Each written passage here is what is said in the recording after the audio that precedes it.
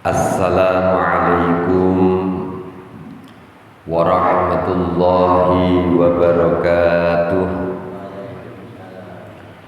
Ila hadratin Nabi Mustafa Muhammadin sallallahu alaihi wasallam wa asbasi wa auladihi wa ashabihi minat tabi'in wal ulama'il amilin wa syuhada wa salihin minal muqarrabin minal muslimina wal muslimat wal mu'minina wal mu'minat sumaila khardi awliya illa fi hadhil qaryah sumaila hal jami' ulama illa fi hadhil qaryah sumaila hadrati jami' ustadina wa masyayikhina wa masyayikh wa masyayikhina syai'un lillahi lakumul fatihah. A'udzu billahi minasyaitonir rajim. Bismillahirrahmanirrahim. Alhamdulillahi rabbil alamin arrahmanir rahim maliki yaumiddin iyyaka na'budu wa iyyaka nasta'in ihdinas siratal mustaqim siratal ladzina an'amta 'alaihim ghairil maghdubi 'alaihim waladdallin amin. Bismillahirrahmanirrahim. Alhamdulillahi rabbil alamin wa bihi nasta'inu ala umurid dunya waddin wassalatu wassalamu ala ashrafil anbiya wal mursalin sayyidina wa maulana wa habibina wa qurrati a'yunina nabiyyuna Muhammadin sallallahu alaihi wasallam wa ala alihi wa sahbihi wa barik wa sallim amma ba'd. Hadratal muhtaramin wal mukarramin, para alim, para ulama, para kiai, para ustadz-ustadzah yang senantiasa kita takzimi dan kita muliakan, yang saya hormati pengurus takmir Musola Baitus Salam Karangsalam, yang kami hormati Bapak Ibu Kang Mas Bakyu, jamaah kajian Ahad pagi Musola Baitus Salam, hadirin hadirat rahimakumullah. Alhamdulillah wa syukrulillah atas nikmat hidayah, inayah serta taisirnya Allah subhanahu wa ta'ala. Di pagi yang cerah ini kita semua senantiasa dalam keadaan sehat wal afiyah dan tidak kekurangan suatu nikmat apapun dari Allah subhanahu wa ta'ala. Maka sudah sepantasnya kita semua di pagi hari ini mengungkapkan puji syukur kita kehadirat Allah subhanahu wa ta'ala biqaulina alhamdulillahi rabbil alamin. Salawat beserta salam marilah kita haturkan keharibaan beliau Nabi Agung Nabi Muhammad sallallahu alaihi wasallam, seorang nabi yang menjadi teladan bagi kita semua, yang selalu memperhatikan kehidupan kita semua selaku umatnya, selaku nabi yang memastikan umatnya besok kelak di yaumil kiamah ditolong dengan syafaatnya sehingga kita semua bisa masuk surganya Allah subhanahu wa ta'ala. Amin amin ya rabbal alamin. Bapak Ibu para hadir semua yang dimuliakan oleh Allah, salah satu khususiyah keistimewaan umat Nabi Muhammad sallallahu alaihi wasallam diantaranya adalah umat Nabi Muhammad itu ridho bi qadaillah, rela terhadap putusan-putusan yang telah dilaksanakan oleh Allah kepada kita semua. Yang nomor dua, di antara ciri-ciri keistimewaan umat Nabi Muhammad yaitu mahabbah lillahnya itu kelihatan sekali. Maka pada kesempatan pagi hari ini kita akan mempelajari apa itu ridho bil qadha. Yang nomor dua yaitu apa itu mahabbah. Ridho dan mahabbah itu merupakan dua hal yang menjadi penghias akhlak manusia, seperti yang dikatakan Imam Al-Ghazali dalam kitabnya, ada 10 hal yang menjadi penghias kehidupan dunia seseorang. Pada pagi hari ini kita akan membahas apa yang dinamakan ridho bil qadha. Yang dimaksud ridho bil qadha adalah kita rela menerima dengan senang hati apa yang menjadi keputusannya Allah yang disematkan kepada kita, baik putusannya itu menyenangkan atau tidak menyenangkan, baik keputusannya Allah itu qadha-nya itu manis atau pahit. Nah, karakter manusia itu seneng pada manisnya saja, tapi seringkali tidak mau pahitnya. Tapi kalau dalam ridho bil qadha ini merupakan fardun lazimun, sesuatu yang wajib dan berkelindan. Kita dalam kehidupan ini pasti ada manisnya, ada pahitnya. Kalau orang Jawa mengatakan nek hidupnya itu pahit terus, ya kasihan. Kalau manis terus, biasanya lupa.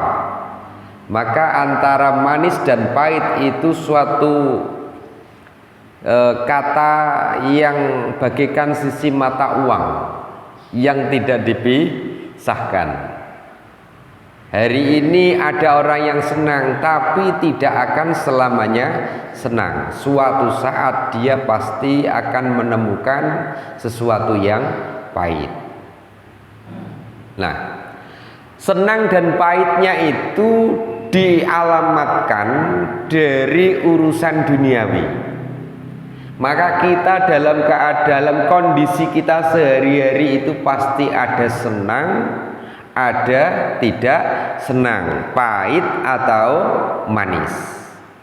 Nah, perkara dunia itu apa? Dikatakan oleh para ulama, wa huwa madlubun fi umurid dunya min fakrin aw ghina. Di antaranya contohnya adalah kefakiran. Yang nomor dua, lawan dari fakir adalah kekayaan.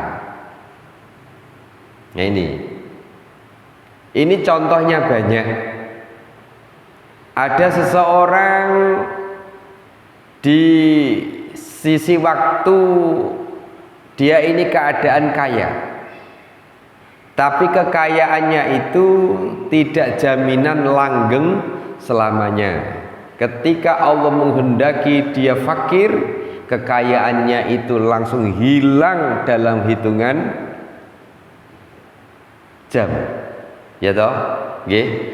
Begitu juga ketika Allah menghendaki seseorang itu fakir menjadi kaya, juga begitu. Bapak Ibu pasti sudah sering mendengarkan orang kaya mendadak. Bahasa sekarang ini terus viral. Dulu itu masyhur, terkenal, tenar, naik daun, ya. Sekarang viral. Ini. Begitu juga ada orang yang sekarang ini kaya, nanti suatu saat menjadi tidak punya apa-apa. juga sering kita dengar. Begitu juga dalam kehidupan kita, apalagi dalam hal muamalah, seperti yang Bapak Ibu lakukan. Seseorang kalau berjualan itu pilihannya dua. Apa Mas Didi? Ya, untung dan rugi. Bener ya Ci? Untung dan rugi. Pilihannya yang mana Ci? Kalau tidak untung, rugi. Kalau tidak rugi, untung. Itu memang kita harus mau tidak mau harus mau menerima. Jangan mau menerima rugi, untungnya saja, ruginya juga harus diterima. Karena hal tersebut itu memang bagaikan sisi mata uang yang tidak dipisahkan. Kalau ada keuntungan pasti ada kerugian. Itu. Auribhin au khusronin. Begitu juga dalam kehidupan kita semua, dalam keseharian itu ada sakit, ada sehat. Gini apa betul? Kita kemarin itu sehat, tapi pagi hari ini ada yang sakit. Ada yang sakit terus berubah menjadi sehat. Memang dua hal ini itu harus kita hadapi. Karena memang merupakan qadanya Allah. Kalau ada orang kok tidak pernah sakit, wah sombong nantinya. Gini apa betul?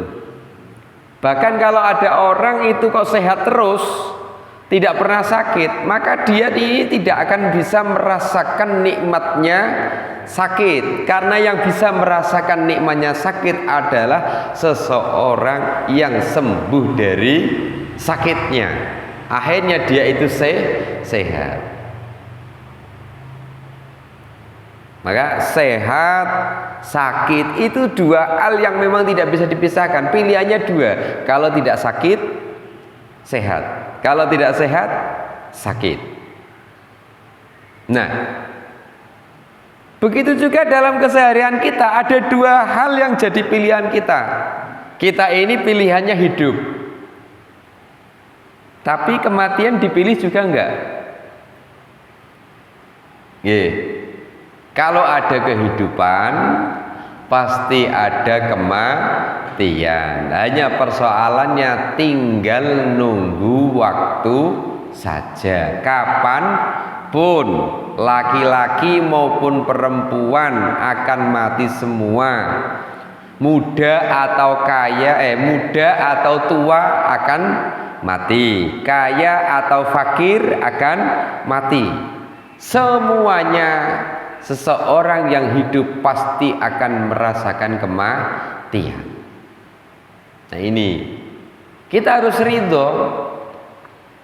Nek ora sugih fakir, nek ora untung badi, nek sehat ono meriang, nek urip ono mati. Nah ini puncak dari kehidupan kita adalah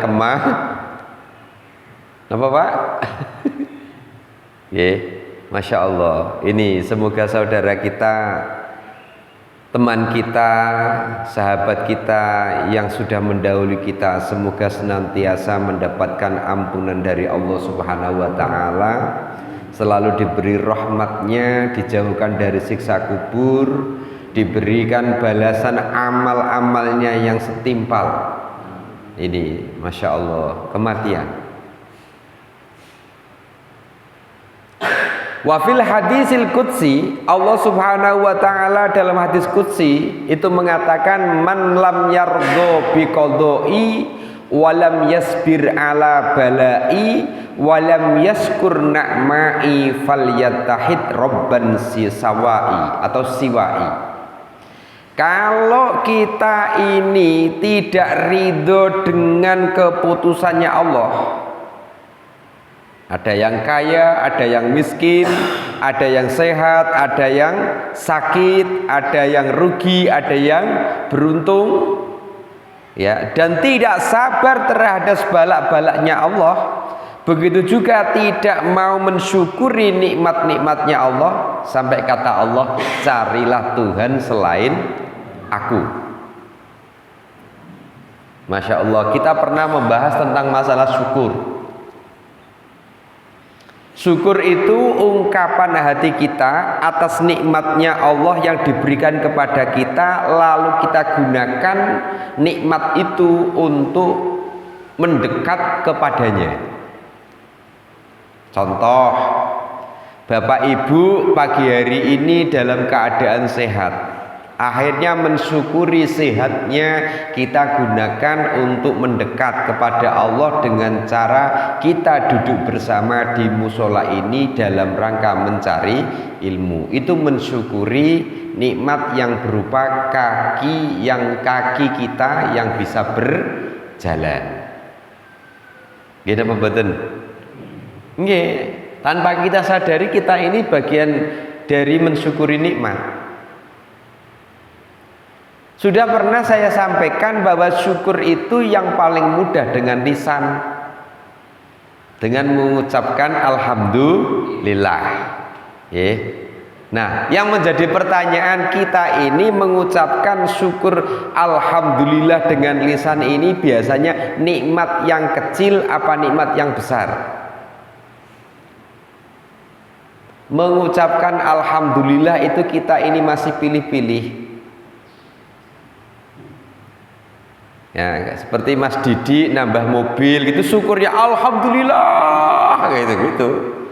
Panjang gitu alhamdulillah. Tapi ini kecil alhamdulillah bisa bangun gitu ya. Itu beda mengucapkan. Kadang-kadang seringnya itu manusia itu mengucapkan alhamdulillah itu kalau nikmatnya itu gede baru alhamdulillah.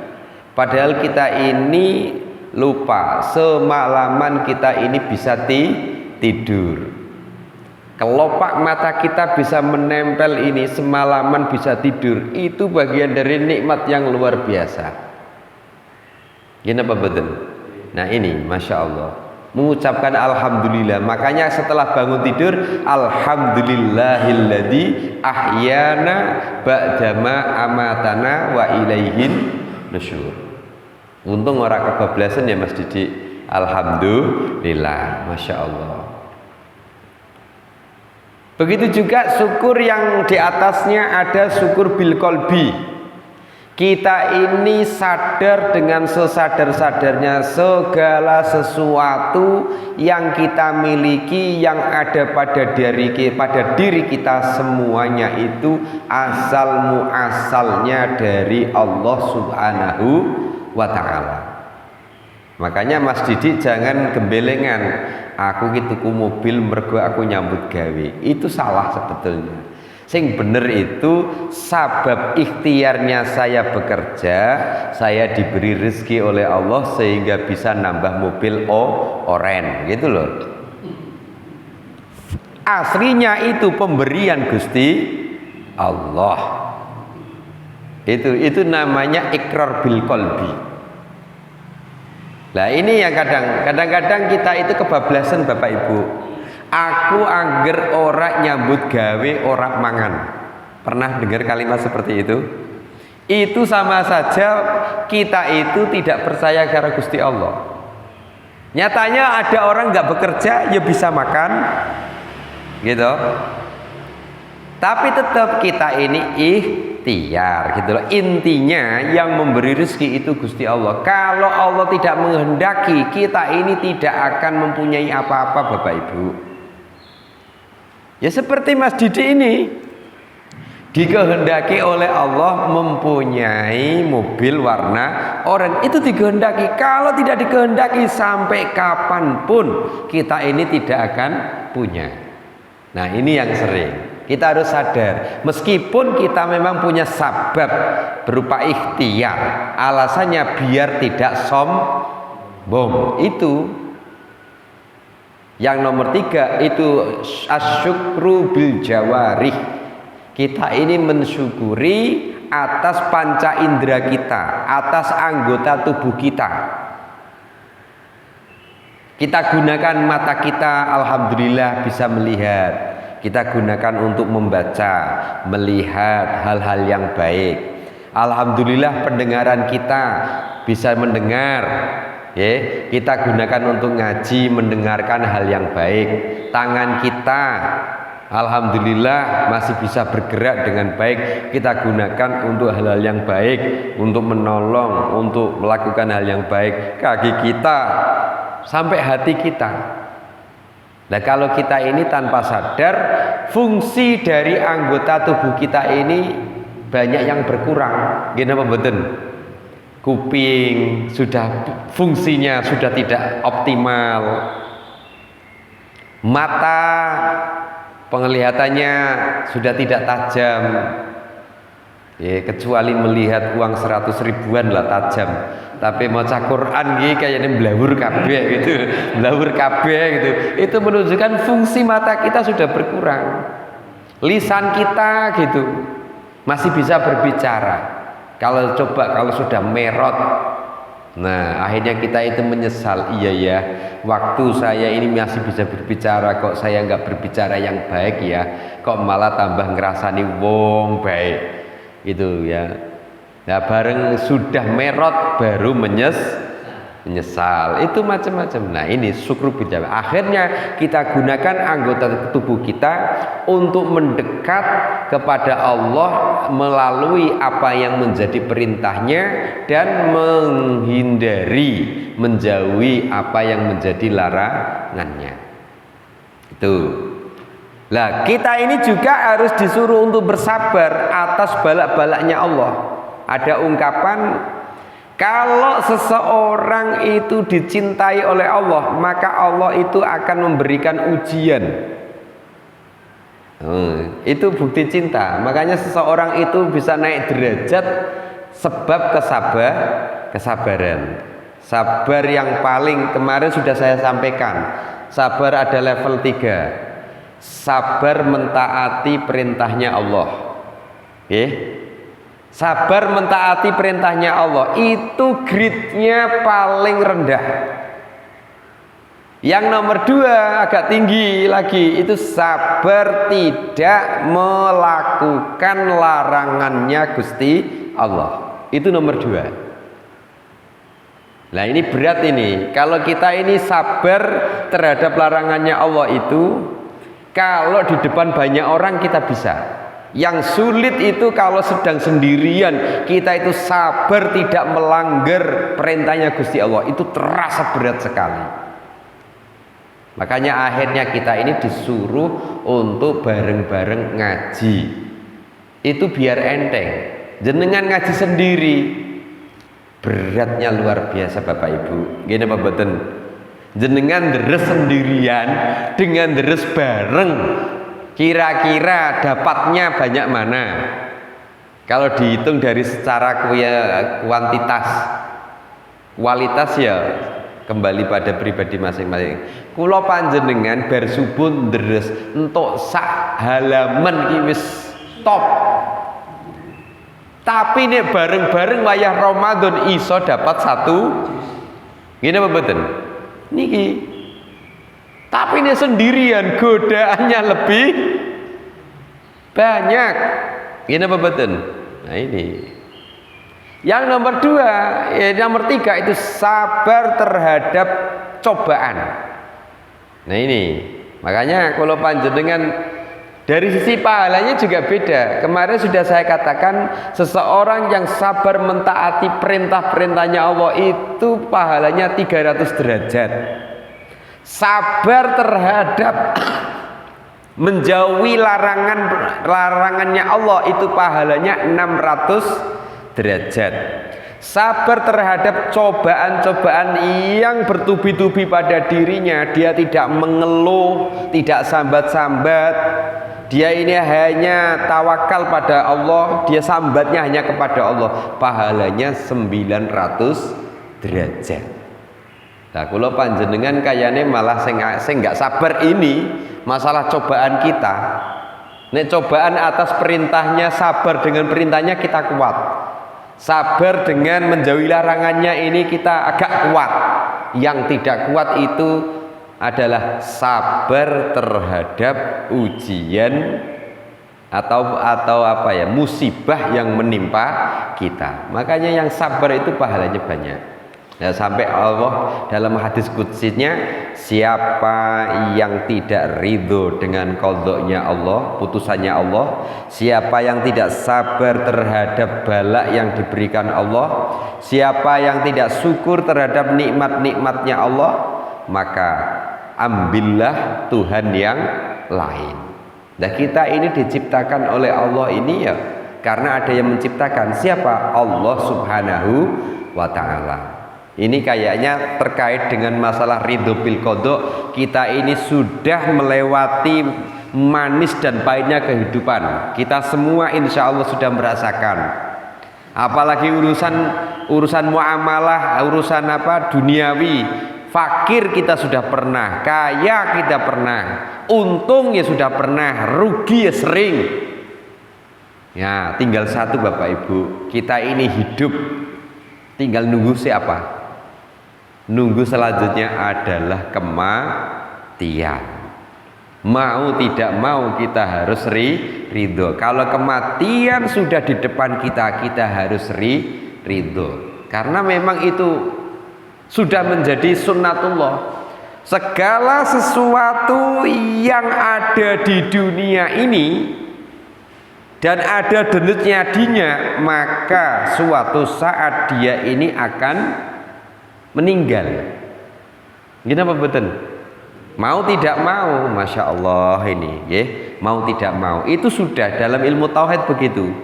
Jika ada permulaan, pasti ada akhiran. Kita ini ada permulaannya Bapak Ibu. Semenjak lahir ke dunia ini permulaan hidup kita.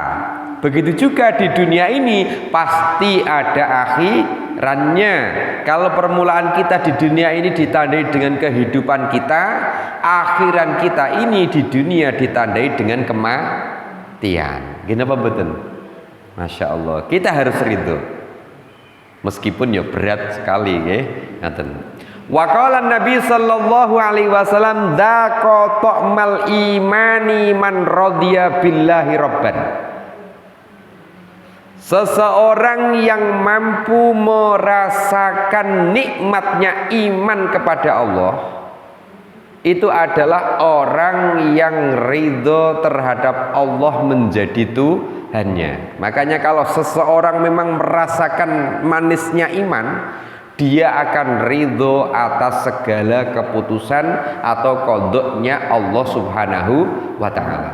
Kalau belum merasakan iman, dia ini tidak akan bisa. Pasti misuh-misuh terus. Ini apa betul? Gusti ora adil, Gusti Allah ora adil. Akhirnya ngono dionek-onekke Gusti Allah. Si A ngene ketoke ta ora patiya mitayani jebule yo ngene lah, kula sing bekerja keras Gusti jebule ngene bae. Lah ini jenenge padha karo protes maring Gusti Allah. Padahal seseorang tidak akan merasakan nikmatnya iman manakala ia tidak ridho kepada Allah menjadi Tuhannya. Yang nomor dua, wabil islami dinan, Islam menjadi agamanya yang di dalamnya berisi perintah syariat dan larangan syariat. Yang nomor tiga, ridho dengan Nabi Muhammad menjadi nabinya. Bapak Ibu yang dimuliakan oleh Allah, kita ini sebetulnya sudah merasakan nikmatnya iman. Terbukti kita ini percaya dengan Allah menjadi Tuhan kita. Yang nomor dua, kita memeluk agama Islam. Yang nomor tiga, kita percaya dan ikhlas Nabi Muhammad menjadi Nabi kita. Hanya saja kalau saya rasakan itu frekuensi atau kadar bobot manisnya iman kita itu yang belum optimal. Gini apa betul? Nggih. Hanya itu. Maka kita ini tugasnya yaitu mengoptimalkan ridho kita kepada Allah. Optimalkan dengan segala putusannya Allah. Wong kita ini sudah sering diuji bertubi-tubi. Kita ini sudah merasakan pahit dan getirnya kehidupan. Kita ini juga sering rugi, apalagi untung dalam kehidupan kita. Ya, kita sudah sering sakit, juga merasakan sehat. Makanya tugas kita adalah mengoptimalkan keimanan kita kepada Allah dengan melaksanakan apa yang menjadi perintahnya dan menjauhi larangannya. Lalu kita ini melaksanakan apa yang menjadi ajaran agama Islam, dan yang paling penting lagi adalah kita mengakui Nabi Muhammad menjadi Nabi kita, karena Nabi Muhammad adalah penyelamat kita baik di dunia maupun di akhirat.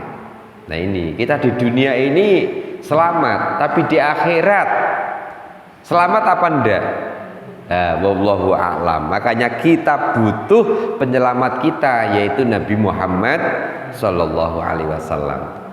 Faman radiya billahi rabban lazimau ayyardo bidadbirihi wa ikhtiyarihi lahu wa yamurra qada'ahu wa ayyakna bima qasamahu lahu minar rizqi wa ayyakuna sabiran inda nuzulil balaya tarikan lisuhti inda wurudil masaibi wal adha. Nih, barang siapa yang ridho kepada Allah, bahwa Allah itu menjadi Tuhannya, maka wajib bagi dirinya untuk ridho dengan segala ikhtiarnya, dengan segala apa yang dilakukan Allah kepada kita.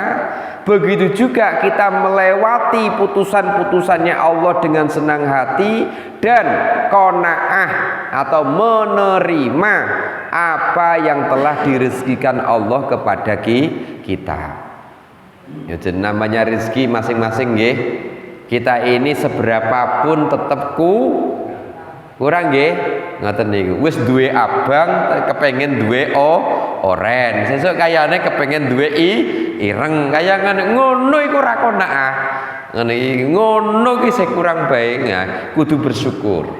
Ngono, mestinya kalau mensyukuri tambah oren kudune bapak-bapak di Mayorke, rica-rica jago, piye kudune ngono iku. Itu bukti syukur gitu loh. Ngaten niku, nggih. Begitu juga kita itu sabar dengan atas musibah yang menimpa kita. Masya Allah, ini paling berat. Nggih, paling berat nggih. Itu. Kadang melihat kita itu melihat orang yang kena musibah, orang yang kena musibah itu kuat, tangguh, tapi yang melihat kadang-kadang keder. Masya Allah, kalau saya ini pasti sudah guling ambiar, tapi kok beliau ini sangat kuat. Ya, setiap orang mempunyai kadar bobot keimanan masing-masing. Ya ini, kalau orang yang kuat dengan segala cobaan itu ya sabar betul. Ya ini karena dia ini ridho Allah menjadi Tuhannya, ya, ridho Allah menjadi Tuhannya, dan ridho Islam menjadi agamanya, dan ridho Nabi Muhammad menjadi nabinya. Ngaten, Masya Allah ini. Tarikan lisuti inda wurudil masaib wal adaya. Termasuk ridho dengan kodoknya Allah itu meninggalkan marah-marah manakala ia tertimpa musibah. Wa fil hadis innallaha idza habba qauman ibtalahum. Ini hadis. Sesungguhnya Allah ketika mencintai suatu kaum, maka Allah akan memberikan ujian. Dengan kata lain, kalau kita ini tidak pernah mendapatkan ujian, tidak pernah mendapatkan musibah, jangan-jangan kita ini tidak dicintai oleh Allah. Nah, kita perlu sadar, oh, kalau saya diberi ujian ini berarti Allah sedang mencintai saya. Sehingga kita ini kan, ya Allah, gitu kan, mengeluhnya kepada Allah, sehingga kita ini selalu iktimat. Tiap waktu selalu ya Allah gitu. Tidak kepada manusia, tapi yang dikatakan ya Allah, kuatkanlah aku untuk melewati masa-masa sulitku ya Allah gitu akhirnya. Faman radiya falahu ridho. Kalau seseorang itu ridho diberi musibah oleh Allah sebagai tanda cintanya Allah, maka orang tersebut dinamakan ridho. Waman sakhita lillah, ya waman sakhita falau asuhtu. Kalau seseorang itu kok marah-marah kepada Allah, maka Allah juga akan marah-marah kepada hambanya. Mila sing kadang nggak protes, sing protes nih lho. Wah, Gusti Allah kira adil. Ngene. Yaitu akhirnya Allah juga marah-marah kepada kita. Masya Allah ini. Kita ini sedikit demi sedikit coba direnungkan. Nek langsung frontal berat, gitu apa betul? Terutama sabar menghadapi cobaan. Masya Allah. Setelah ini, setelah ini, setelah ini, gitu. Masya Allah itu. Wa'lam anna min alamati adami ridho bil qada qaulal abdi lima wa kaifa. Ketahuilah bahwasanya ciri-ciri seseorang itu tidak ridho kepada putusannya Allah, seringkali ia mengatakan kepriwe. Lima wa kaifa. Itu ya. Iki krono opo, kaifa terus kepiye gitu loh. Sebabnya opo ini loh. Itu ciri-ciri orang yang tidak ridho dengan kodoknya Allah. Kepriwe iki kepriwe to, jane kepriwe to iki gitu. Nggih. Wa idhar syakwa ilal makhluk. Yang nomor 2 ciri-cirinya orang yang tidak ridho terhadap kodoknya Allah itu sering wadul maring menungso. Lho, kita banget nggih. Kula panjenengan sami ngeten niki nggih. Niki sing nomor kalih niki. Malah nek ngeten niki ya Allah, mestine abot pancen nggih. Kita ini selalu wadul terhadap manusia, lali wadul maring Gusti Allah. Ngoten niku. Karena Allah lah yang akan yang memberi dan mengubah macam-macam kita. Ya niku, panjenengan masih ingat, Allah itu mempunyai jurus yang tidak kita miliki. Apa? Kun. Gini apa betul? Kun fayakun. Sekali jadi, jadilah ya jadi. Nek kula panjenengan kun fayakun mempunyai jurus seperti itu. Wah, luar biasa ini nggih. Kayaknya hidupnya tenang-tenang saja nggih. Ngoten niku, butuh duit, bismillah, duit Gusti. Celing. Ini kayaknya uripe santai ibadah tok kayaknya. Terus baik gitu ya. Itu malah akhirnya lali karo ikhtiar. Masya Allah niku nggih. Tadi nggih berat nggih. Saya ulang, ciri-cirinya orang yang tidak ridho terhadap putusannya Allah adalah sering mengeluh. Lima kaifa, kepriwe. Yang nomor 2, seringkali idhar syakwa, menampakkan kesusahannya terhadap manusia. Man syaka musibatan nazarat bihi faka'annama yaskullaha wa jalla. Ketika seseorang itu mewadulkan musibah yang turun pada dirinya, seakan-akan dia ini wadul kepada Allah Subhanahu wa taala. Mestinya dibalik nggih. Syaka itu artinya ya musibah, ya ini wadul nggih. Ya kita ini memang wadule karo Gusti Allah, salahnya di situ memang. Tapi kok malah sambate karo manusa dhisik. Mestine sambate maring Gusti Allah dhisik gitu. Biar Allah itu yang turun tangan. Tugas kita itu menengadahkan tangan. Terus Allah lah yang turun tangan. Biarlah Allah yang turun tangan. Ngeten. Wa qala Syaikhul Hasan As-Sadili, khoslatun wahidatun tuhbitul amal. Ada satu sifat di mana sifat itu bisa merusak amal. Wala yantabiula kasirun minan nas, dan kebanyakan manusia itu tidak mampu. Apa hal tersebut? Sakhatul abdi ala qadaillah. Dia itu marah-marah atas putusannya Gusti Allah. Ini banyak sekali orang yang tidak terima dengan qadanya Gusti Allah, terutama urusan yang pahit-pahit.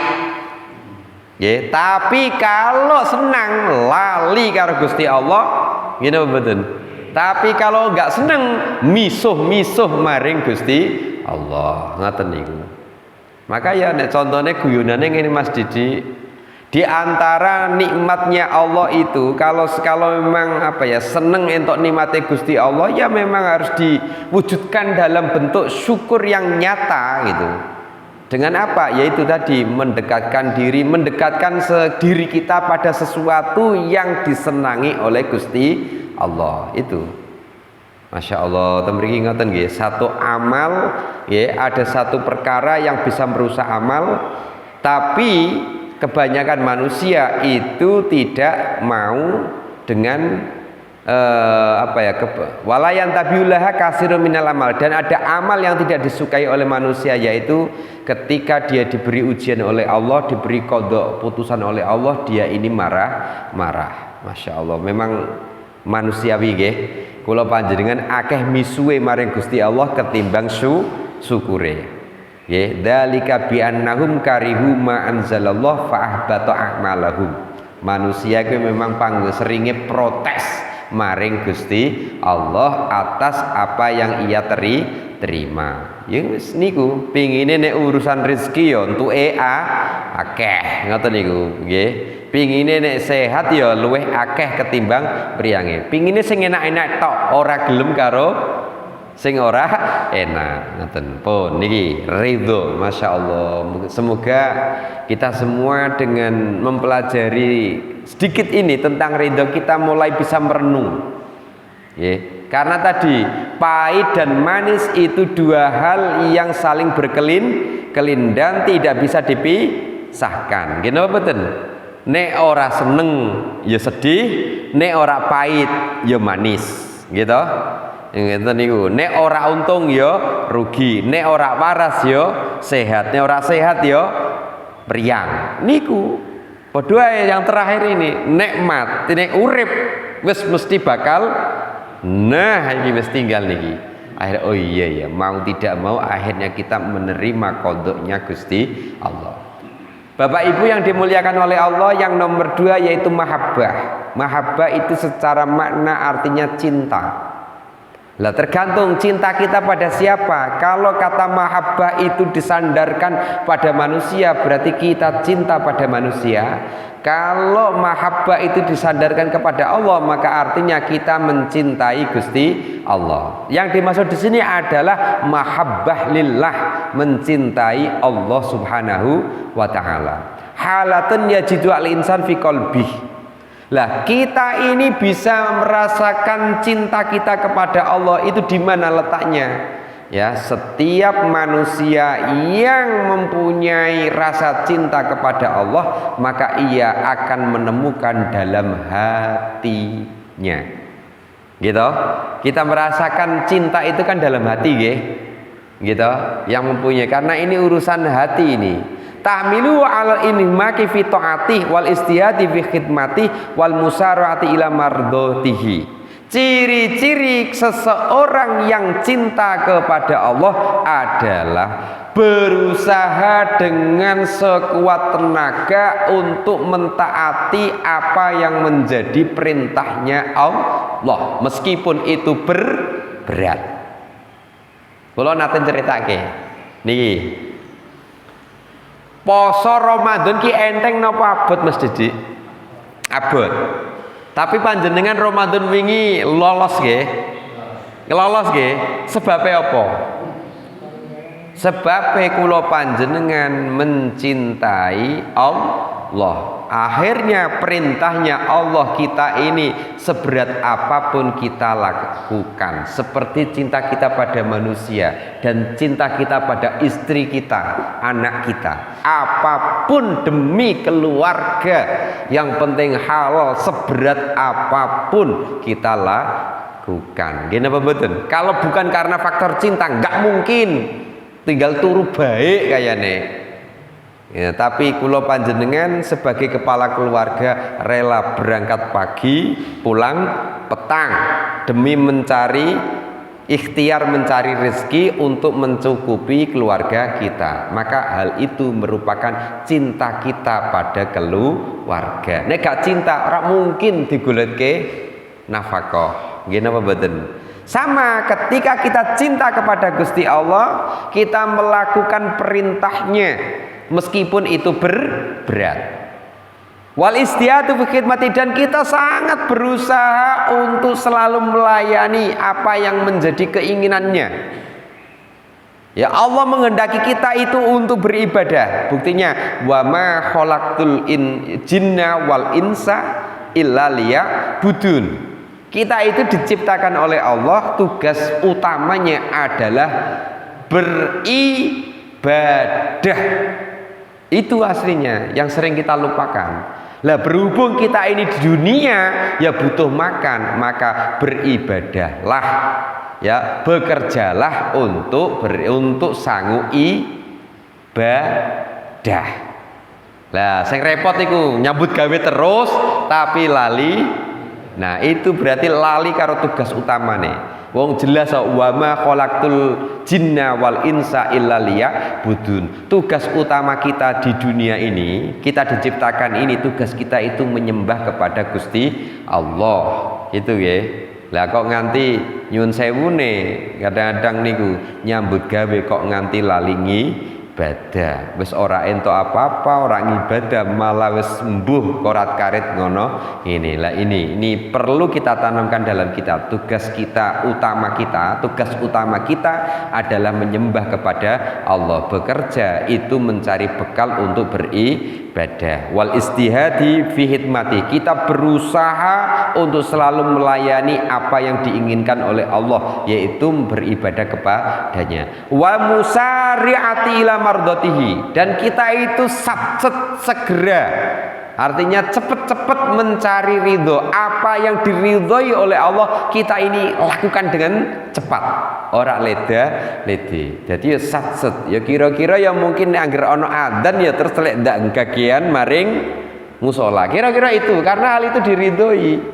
Ngoten niku. Sami ibu-ibu seneng senang dengan sesuatu. Kok duwe putra kok melaksanakan apa yang menjadi perintahnya. Kayaknya ya ibu-ibu ya nyah-nyoh karo putrane. Ya, anaknya diperintah ngaji, mangkat ngaji, perintah sholat, mangkat sholat. Ya, bocah kok nyenengke. Dengan sendirinya ibu-ibu itu seneng terhadap putranya. Ora njaluk lho diparingi. Bocah ora butuh iku lho diparingi. Gini mboten. Ya sama kalau kita ini kok bisa menyenangkan Allah, ya begitu. Karena kita diridhoi, akhirnya ya kita belum sempat meminta, Allah sudah memberi. Kira-kira ya begitu. Nyatane bapak-bapak wis saking kepingine duwe anak lanang, beuru duwe anak lanang, wis tuku pit to. Pak, sampean tugas pit nggo ngopo? Bukan, aku duwe anak karena saking kepingine. Lah ning dipite tak titipke nggone Pak Petut ngono. Sapa ngerti aku duwe anak lanang, wis ngincer-ngincer nggone Pak Petut iku karena mendambakan anak lanang saking senenge. Nek ora seneng ra mungkin digoletke. Ngene mboten. Yes kaya bapak-bapak lah ketika senang dengan anaknya itu berusaha memenuhi apa yang diinginkan oleh anak. Nek wis ora seneng, males kan. Gini apa betul? Nah ini contoh begini. Kula panjenengan sehari semalam itu diundang, diberi surat cinta oleh Allah, diundang melalui pengeras suara berupa adzan. 5 kali loh kula panjenengan. Kira-kira 5 kali ini kita semua diberi surat cinta oleh Allah ini. Hadir kita berapa kali? Nah itu gambaran kita loh. Bapak-bapak mengundang anaknya ping telu, ora meneng ae. Meneng bae. Ping telu kira-kira bar kowe terus anake niku, Pak minta uang. Bapak-bapak kira-kira mau nggak memberi uang? Andai kata memberi, ceramai sejam kayaknya. Diceramai dhisik sejam lagi dikei duit. Itu menunjukkan bapaknya marah.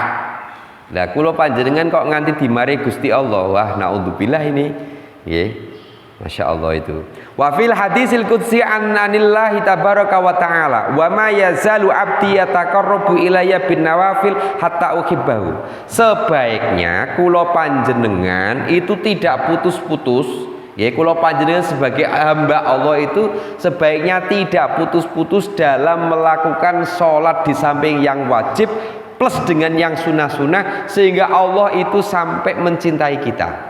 Maka salah satu cara agar kita ini disenangi oleh Gusti Allah diantaranya adalah lakukan sholat sunnah sebanyak mungkin di samping sholat yang wajib, karena hal itu bisa menjadi penyebab Allah itu mencintai. Niki Gusti Allah senenge ngeten niki. Contoh saupami jenengan, kula panjenengan niki duwe anak sregep sinau. Kira-kira sebagai bapak kita ini nyah-nyah mboten? Bocah iki sregep sinau, wis kondisi nanti meriang-meriang di sinau bae. Melas dewek mbok kita sebagai bapak ngene apa mboten? Lah kok kendel berarti ora patek seneng iki ya Allah ngoten iki wis. Sakniki wonten putrane jenengan nurute karo jenengan wis pol. Kira-kira jenengan eman apa mboten? Eman apa mboten?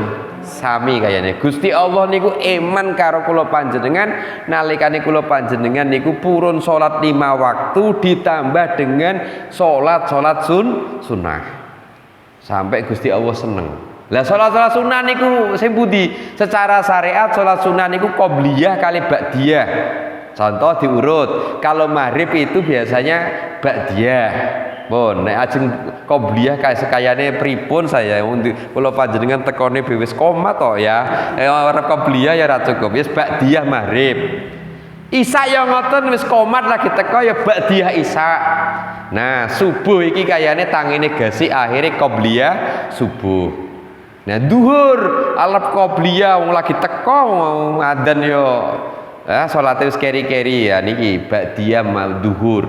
Lah nek asar niku qobliyah asar. Niku sing qobliyah sing ba'diyah. Dereng salat niku sing ana duha, nek rino, nek dalu ana witir.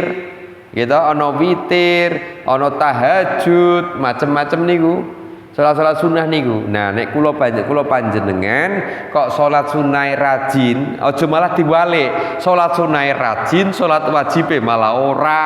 Lah ya padha karo niku nggih, kopiahan tapi ora katokan lah. Kayak gitu lah. Nggih. Ampun ya Mas Didi, luwih apik katokan, syukur kopiahan ngono. Wis kopiahan apik-apik jebule ora sarungan. Ya padha bae lho nggih. Sing penting kowe sarungane gitu. Lagi kopiahan gitu. Salat 5 waktune apik ditambah karo salat sunnah. Ngoten. Malah salah satu salat sunnah yang wajib bagi Kanjeng Nabi tapi sunat bagi umatnya adalah salat witir. Kanjeng Nabi itu kalau malam tidak pernah meninggalkan witir. Kula panjenengan witir pendak Ramadan gitu. Nek Kanjeng Nabi ndak mewajibkan diri itu salat witir setiap malam. Ngoten niku. Mila Kanjeng Nabi kathah niku amalane. Salat duha termasuk wajib bagi Kanjeng Nabi, tapi kula panjenengan hukume sunnah, nggih. Lho, nek wajib repot Pak Toha, jenengan tok kodean esuk-esuk bedah kolam bar subuh mulai ora kok berduha, wong ngono duhure barang pe 2:30 kok ngene wis ngergo ngrampung nggih. Mila masa untunge kok sunnah nggih. Nek Kanjeng Nabi niku wajib niku mewajibkan diri. Mila ya ora kabeh apa sing dilampahi karo Kanjeng Nabi kula panjenengan bisa paling tidak ya berusaha. Ngoten nggih.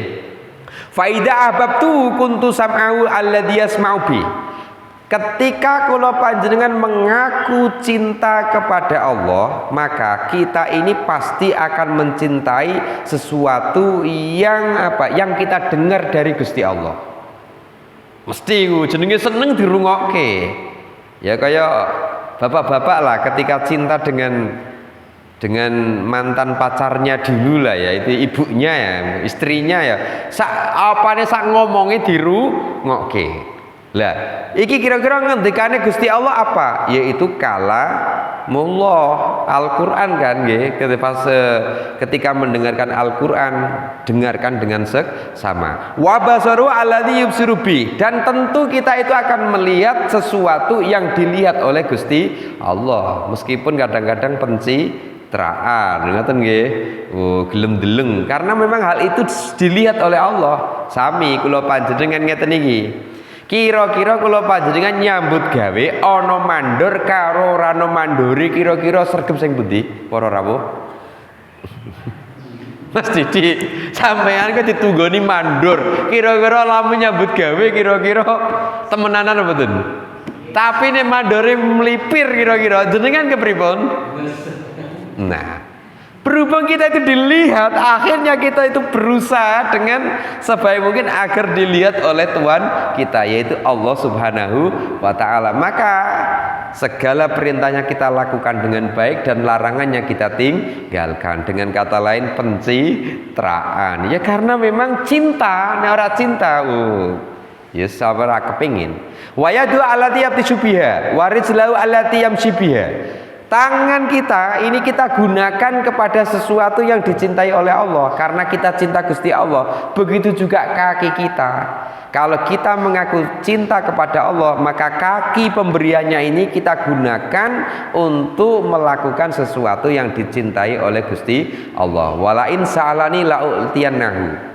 Andai saja kita ini meminta, kalau sudah dicintai oleh Allah, maka apa yang kita minta insya Allah akan diberi oleh Allah karena mencintai. Maksudnya jenenge orang kekasih itu pasti kalau diminta itu pasti memberikan. Ada orang mengatakan cinta ketika dimintai kau tidak mau. Cinta itu butuh pengorbanan, Mas Didi. Nggih, gini apa betul? Cinta itu butuh modal lagi. Wala ini sta'adani la'adiyannahu. Begitu juga ketika kita itu meminta kepada kekasih kita yaitu Allah agar kita dijaga, ya Allah akan menjaga. Maka kekasih kita itu ya pasti akan menjaga kita. Ya, kalau kita mengaku cinta kepada Gusti Allah. Sama manusia, kita mengaku cinta kepada anak kita, istri kita, pasti seperti itu. Nah, wa makna mahabbatillah lil abdi afuhu anhu wa rahmatuhu lahu wa in'amu alaih wa mahabbatul abdilillah ta'atu lahu. Ini makna cinta Allah terhadap hambanya, yaitu Allah memberikan ampunan kepada hambanya dan memberikan rahmat kepadanya, begitu juga memberikan nikmatnya kepada kita. Kalau Allah itu cinta pada kita begitu, kita diampuni, kita diberi rahmat, kita juga diberi nikmat. Berarti kita masih mendapatkan nikmat, berarti kita masih dicintai oleh Gusti Allah. Lah, sekarang kebalikannya, bagaimana cintanya hamba terhadap Tuhannya? Ta'atuhu lahu wa haibatu minhu wa ridho biqadaihi wa sabru ala balaihi wa syukruhu li ni'amihi. Cintanya seorang hamba terhadap Allah yaitu mentaati apa yang menjadi perintahnya, lalu ridho apa yang menjadi keputusannya, sabar apa yang menjadi musibah yang menimpa kita, begitu juga syukur atas nikmat-nikmat pemberiannya. Itu tandanya begitu. Makanya la in syakartum la azidannakum wa la in kafartum inna adabi lasyadid. Nek diparingi nikmat kok tambah syukure, ditambahi, tapi nek ra syukur tambah dientongke sisan kan ngoten niku nggih. Mila wa'lam annaman arafallahu ahabbahu. Ketahuilah jika seseorang mengetahui ya Allah itu mencintainya, waman ahabbahu atahu. Kalau seseorang itu merasa Allah itu mencintai, maka dia akan selalu mentaati Gusti Allah. Wastaujaba al-mahabbah minhu subhanahu wa ta'ala. Maka orang yang semacam itu pasti dicintai oleh Gusti Allah. Mila Bapak Ibu, dengan ridho dan mahabbah, dua hal kecil ini meskipun itu memang secara kualitas ya memang besar, kuantitasnya kecil, tapi itu dua hal yang sangat besar yang harus kita lakukan. Kita ini melakukan ibadah atas dasar ridho dan cinta, sehingga yang berat itu terasa enteng karena ada ridho dan cinta. Gini apa betul? Bapak Ibu memang mempunyai tanggung jawab terhadap anak-anak kita. Anak-anak kita ketika anak-anak kita itu seseorang yang kita cintai, maka orang yang kita cintai pasti akan kita penuhi apa yang menjadi keinginannya, meskipun itu terasa berat, tapi dasarnya kepengin nyenengke anak. Gini apa betul? Akhirnya berat pun dilakukan. Napa malah wis muni njaluk muni kuliah ning kedokteran. Mun nate jenengan Nggih, mun nate nyekolake sing ngoten-ngoten niku napa mboten? Seberapapun kebutuhannya dicukupi. Apa meneh saanae disenengi njaluk motor, njaluk sepeda. Wis ora duwe duit diewangi utang. Gari Pak Pedut gelem diutangi apa ora? Iku iki soal lain gitu nggih.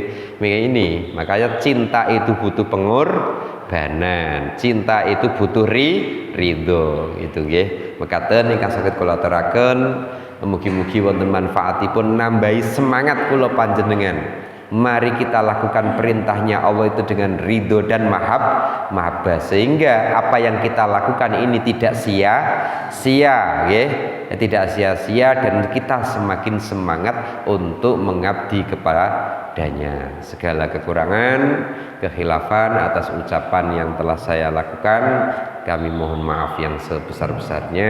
Akhirul kalam wallahul muwaffiq ila aqwamit thoriq. Wassalamualaikum warahmatullahi wabarakatuh.